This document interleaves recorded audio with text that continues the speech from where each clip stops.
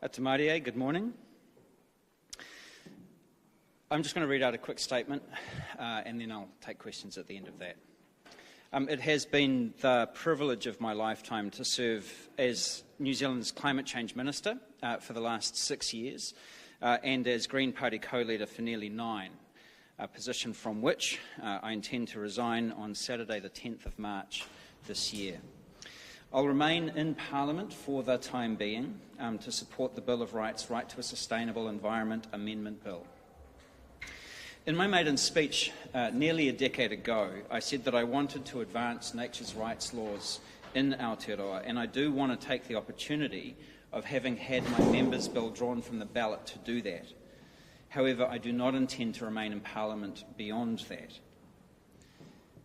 It has been an honour to serve alongside my co-leader, the Honourable Marama Davidson, her predecessor Matiria Ture, and an extraordinary caucus of Green MPs, staff, party officials and volunteers.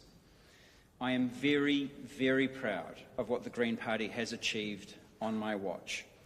In 2017, the Greens became a party of government with ministers for the first time.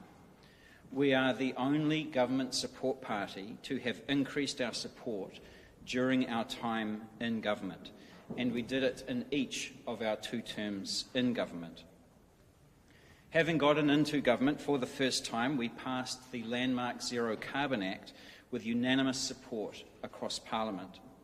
That made us one of the first countries in the world to place the Paris Agreement's 1.5 degrees temperature target in national legislation. I'm really pleased to see the Zero Carbon Act survive its first real acid test in the recent change of government. We can be very proud that we are one of the only countries in the world that now has an enduring framework for climate action, with long-term targets and institutions that will guide our progress over several decades and multiple changes of government. In returning to opposition, the Green Party now has more members of Parliament than we have ever had before. And we hold 3 electorate seats, which is 2 more than we have held at any time previously. It has taken many thousands of people in all walks of life to achieve what we have over the near decade that I have been co-leader. Thank you to every one of our staff, our members, our volunteers and our supporters for all of your incredible hard work over that time. I would like to thank especially my wife, our family and our friends for always having my back no matter what. It has been an enormous privilege to lead the Greens into and through our first period in government. Our historic 2023 election result ushered in a new era for the Green Party. The time is now for a new co-leader to work alongside Marama to take this new caucus into the future. Nō reira, tēnā koutou, tēnā koutou. Why are you not the person to lead the Green Party into the future? Why have you made this decision? Well, I have served almost 9 years as co-leader of the Greens. That's about the average if you look back over previous co-leaders of the Green Party. It is a long time to be in that role. And I'm very proud, like I said, of the achievements that we have had in the time that I have held that role.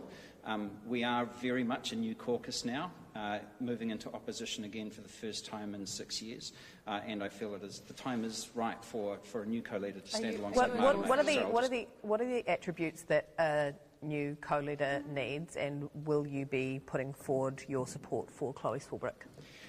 Look, we're not going to publicly endorse any candidate for the co-leadership. And I'm not going to make any announcements on behalf of anybody today. That really is up to them.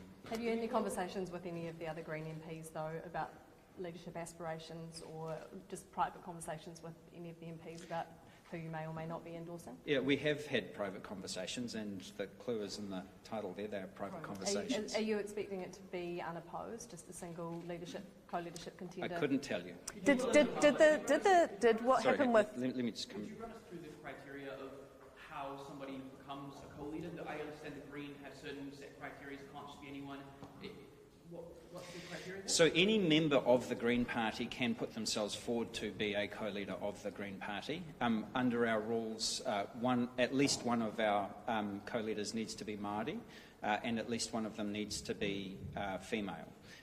Beyond that, it really is up to the candidates to put their best foot forward and to convince the membership that they are the right person. So we could, for the first time. So let me just finish this. In terms of your next career steps, have you looked beyond what you're doing outside that sustainability bill, outside this place? What are you going to be doing?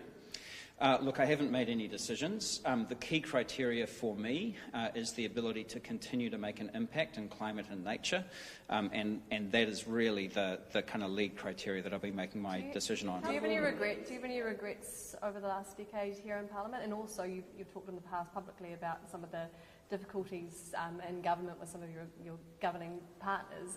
Are there any, what goes down as some of the hardest things that you've had to do in this place? Oh, Tova, of course there are always regrets, right? You know, and I don't kind of keep a list of those things. I think there is always work undone, and that's probably the greatest source. But, you know, if I felt that you know, I could still continue to make a big difference on climate and nature, and to kind of do some of those things, then I, you know, wouldn't necessarily be standing down. I guess I'm standing down because I feel that my time here and my work here is complete, and I'm really satisfied with it. You faced a number of leadership challenges from within the party over the years, with the ability to now reflect. Was that difficult? Oh yes, you know, but I would say that all of that challenge made me better at my job in the long run. You're the Caucus corporate. This is the third time to step up now. Like I said, Mikey, we are not going to be endorsing any nominee for the co-leadership, and it really is up to anybody who wants to put themselves forward to make those announcements themselves. That is up to them. But we could, Sorry, for the first Friday. time. How long have you been mulling this over, and were there any key sort of events or incidents or conversations that helped you make your mind up? Well, the key one was the election.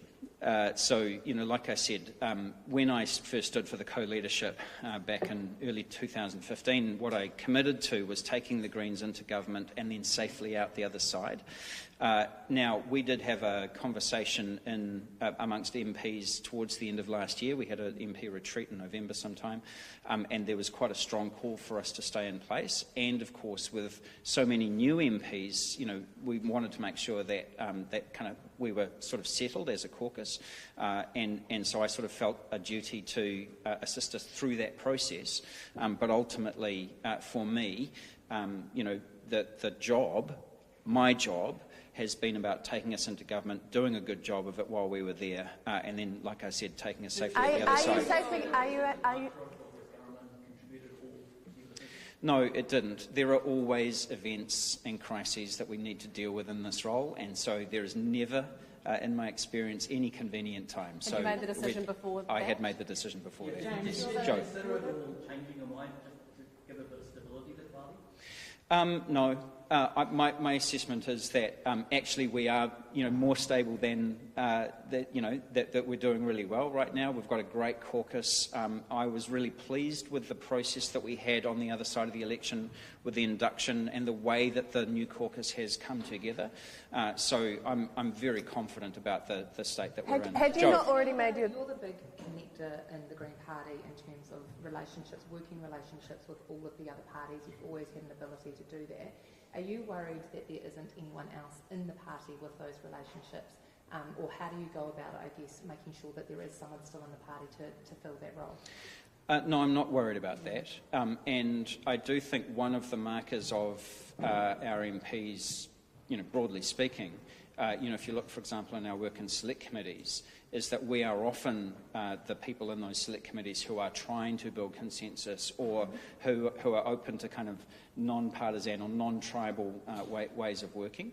And I would expect that's been a sort of a tradition of ours well before I got here, and I would expect that to continue. Had you had this on your...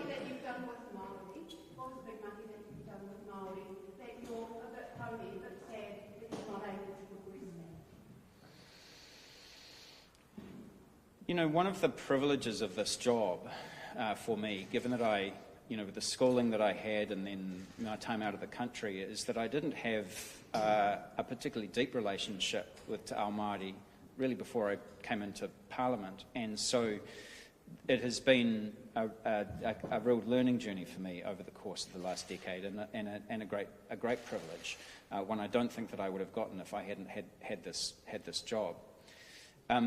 There's, as I said to Tova, there's always so much work that's undone. But one of the most significant things that I am a little anxious about is the National Policy Statement on Indigenous Biodiversity, where I did a lot of work with Māori and Māori interests to try and represent the kind of Indigenous worldview in an RMA instrument, which doesn't easily sit. And we got to about as good a place, which is kind of dissatisfactory to everyone in equal measure. We got to a pretty good place with that. And I would have liked the opportunity to have continued to work on the kind of rollout of that. And I am a bit anxious about, some of the interests that are represented in the current government. What are the... Zero carbon, it's interesting your comments about how you say it survived its first change of government. I mean, where does that sit in terms of your pride? And would you have stayed to fight for it if it was under attack in one of the coalition agreements?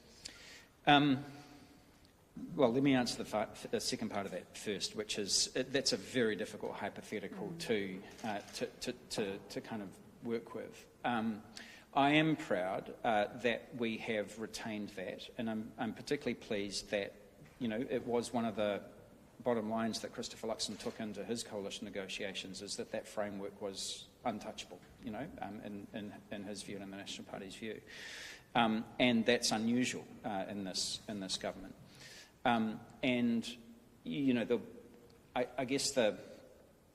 I came under quite a lot of heat while we were developing that and passing that legislation for the compromises that we made in order to win bipartisan support for it. And the argument that I made at the time, and which I think has borne out, is that, it did have major compromise in it. There are a number of things I was not happy with in that legislation, some of which has kind of come to pass in reality in the years since. But we were always saying that the most important thing was that we had that commitment to that enduring framework over multiple decades and multiple changes of government, where the long-term targets and the temperature targets and the institutions of the Climate Change Commission, that cycle of advice and decision-making, that was the most important thing.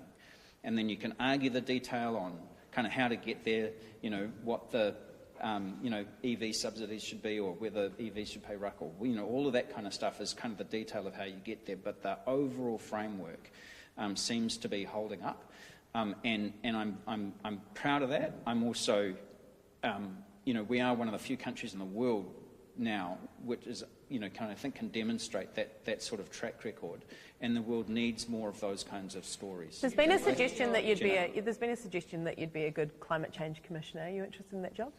Again, I'm not going to get into what it is I'm going to be doing in the future, and I haven't had any offers in that domain. And what is it about that specific bill that's keeping you around? So the Bill of Rights, Right to a Sustainable Environment Amendment Bill, is significant because what it would do is clarify our existing Bill of Rights that actually, as New Zealanders, as people, inhabitants of this planet, we depend on our natural environment for our very survival and for our well-being. And I didn't author the bill. It was actually drafted by Lawyers for Climate Action about 3 or 4 years ago. And it has something like 53 or 54 what were then Queen's Councils, now King's Councils, who backed it and supported it. So I feel that I've got an obligation to kind of shepherd that through. And I think if it were a conscience vote, and as a Bill of Rights amendment, I think it should be, that there is a chance that we could make it law. Is there not someone else in the caucus that could take that over? Undoubtedly, there is. However, for the time being, I would like to kind of continue to lead on it. Largely, so this is a bit selfish of me, but like I said in my maiden speech, I actually did say that I wanted to make a difference to nature's rights laws in New Zealand, and you remember what Paddy Gower had to say about that at the time. And this is really an opportunity for me to do that. What discussions have you had with other parties about these support? Look, to be honest with you, it got drawn just as the summer recess was starting, and I haven't had any discussions yet. You mentioned your wife and your family and your friends and the support that you've had while in this place, and that's one of the hardest things about this place, as well as the sacrifices that people have to make. When you reflect on those kind of personal sacrifices, how do you feel about the last 10 years?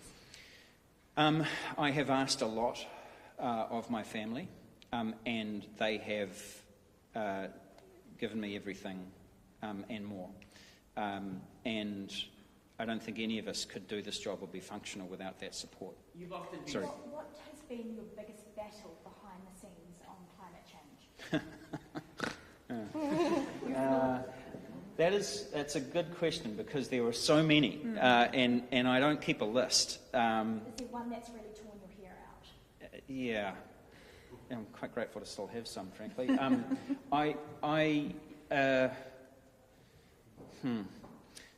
You talked about the biodiversity credits. Yeah, that was... Oh, there'll be a chapter written about that one day. The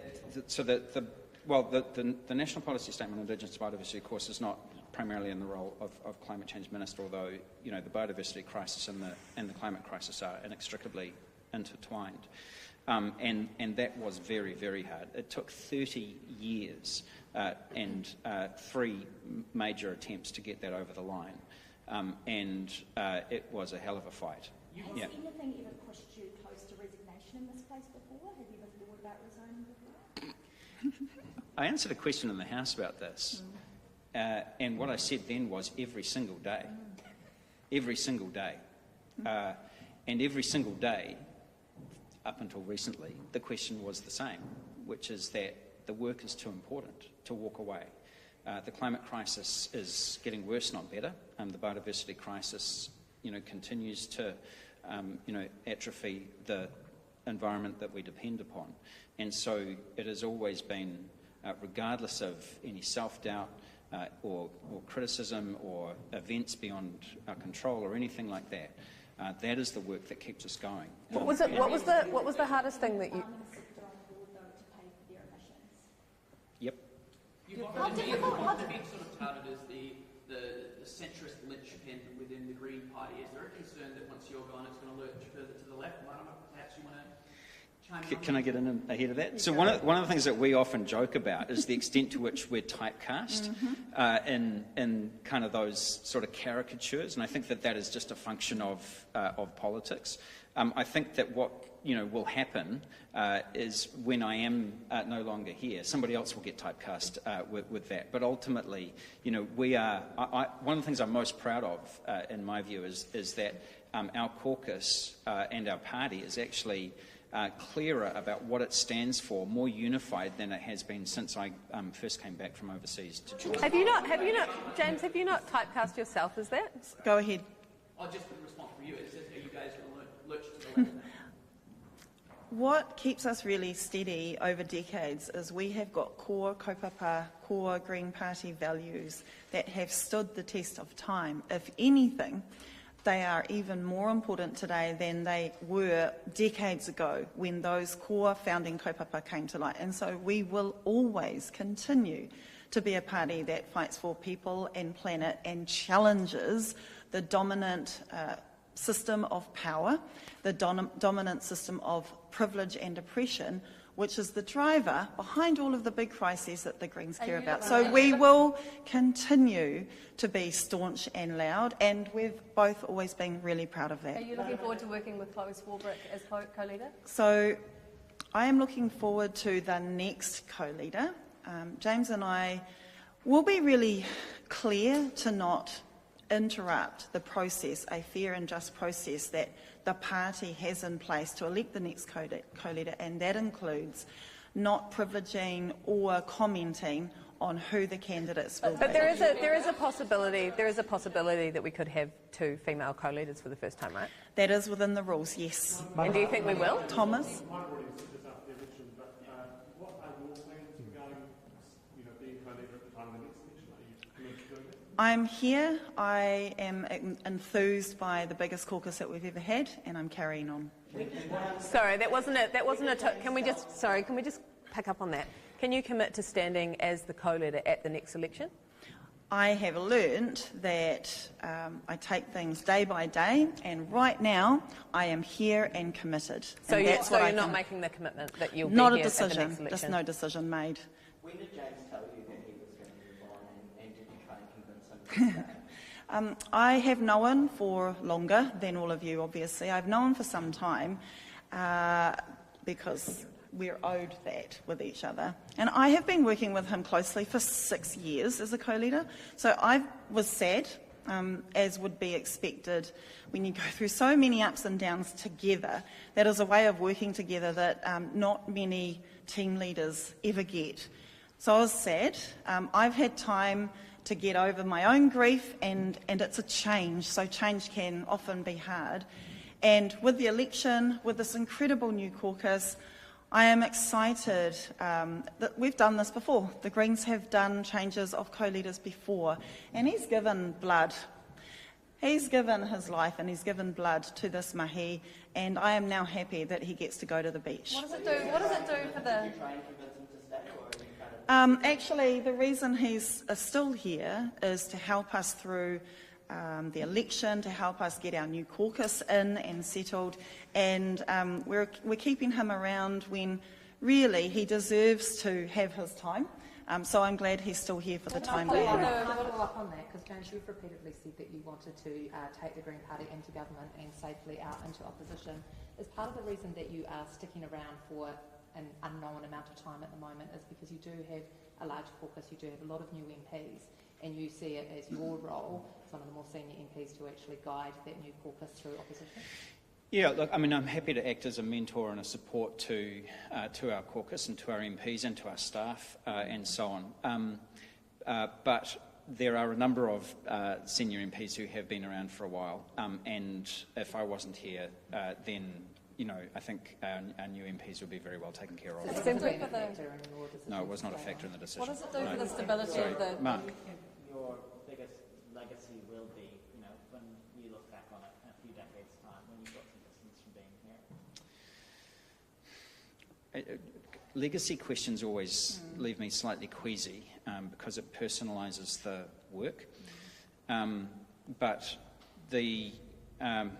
for me, I'm very concerned about our ability to continue to survive as a civilization on the face of this planet. And that kind of principle has really guided my work.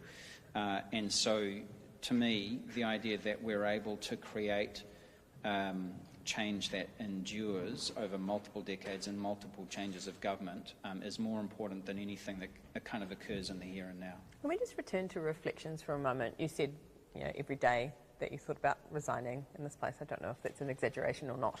But Nope. Can you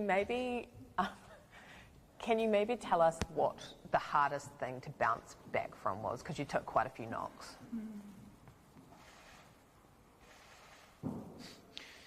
Yeah, including some actual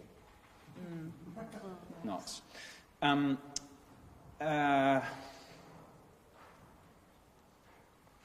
haven't really, I don't know if this means that I come across as not a particularly reflective person, but I haven't, I don't kind of dwell on the knocks, really.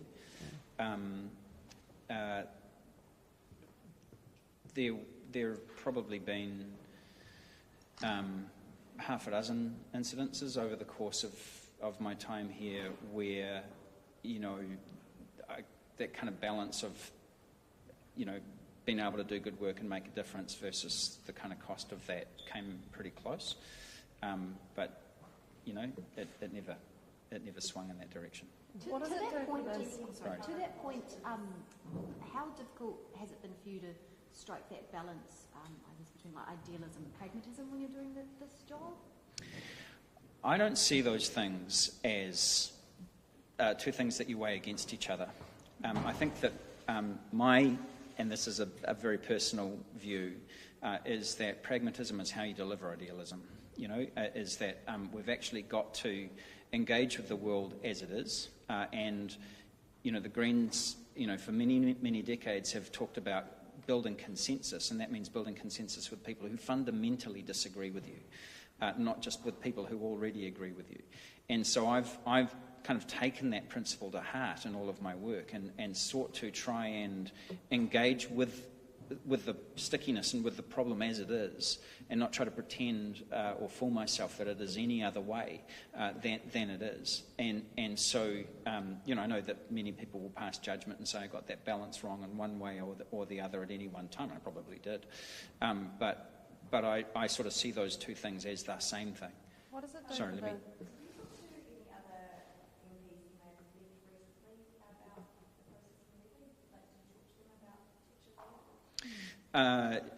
Well, I'll honour the question by saying yes, but I'm not going to say I'm not going to divulge any private conversations that I've had. Did you talk to Jacinda Ardern? Sorry, let me just finish this.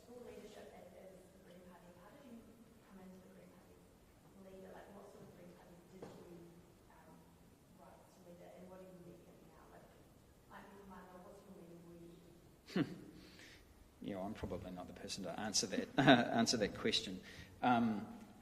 Look, one of the things that, some of the questions have been a bit like this, saying that sort of suggests that I might be somehow unhappy with the kind of direction or the shape of the caucus and so on. You've got to remember that who we are now all occurred on my watch. And I'm not saying that I am the cause of anything or everything that kind of happened, because ultimately this is a team sport and it involves thousands of people, not just the MPs, but our staff, our volunteers, party people and so on, who have been able to kind of shape who we are today. But ultimately, I would say that we are a professional and stable force who actually did a pretty good job of the time that we had in government. Do you think...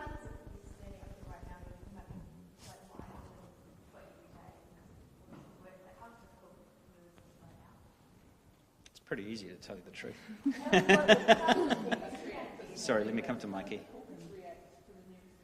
Well, I know you guys have been running a sweepstakes, and I'd be curious to know who won, but it didn't come as a huge shock to most people, because we've been talking about it for a while, so it was more a matter of when rather than if.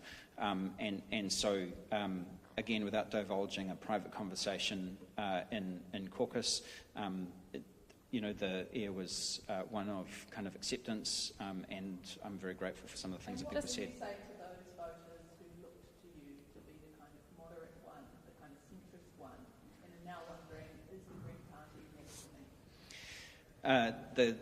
Look, the Green Party is here for everyone, right? And we had record numbers of voters support us in the last election. We've always been larger than any one individual or any one co-leader. And so the work that we are doing and have done, that will continue on into the future. We will be the party that prioritises fighting the climate crisis. In terms of those voters who looked to you to be the kind of middle, the centre, in terms of on the political spectrum, yeah, not too far left, but actually they look to you as the kind of centre leader, I guess. It's bigger than, I would just say to them, it's bigger than me. We value their support.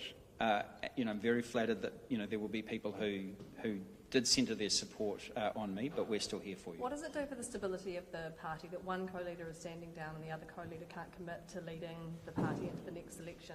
Well, like I said, I think that we are more stable, and more unified than most of the time that I've been involved.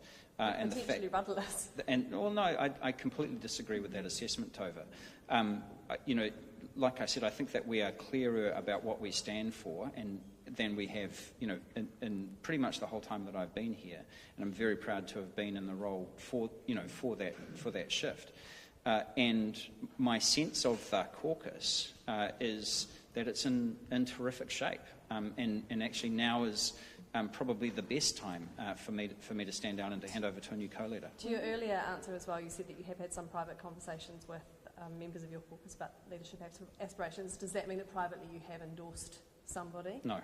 When you said the election result was kind of a catalyst for you thinking about your future, how much was the knowledge that New Zealand First would be back in Parliament for 3 years a player in that? That was not a consideration. Really? Do you think? Yeah, it honestly wasn't. No, I mean, we're having a change of government. Like I said, I considered that my job here and my time here was to take the Greens into government, to do a good job of it, and then to take us safely out the other side. And my assessment was, once that job was complete, it was time for someone else. Thinking back to the way that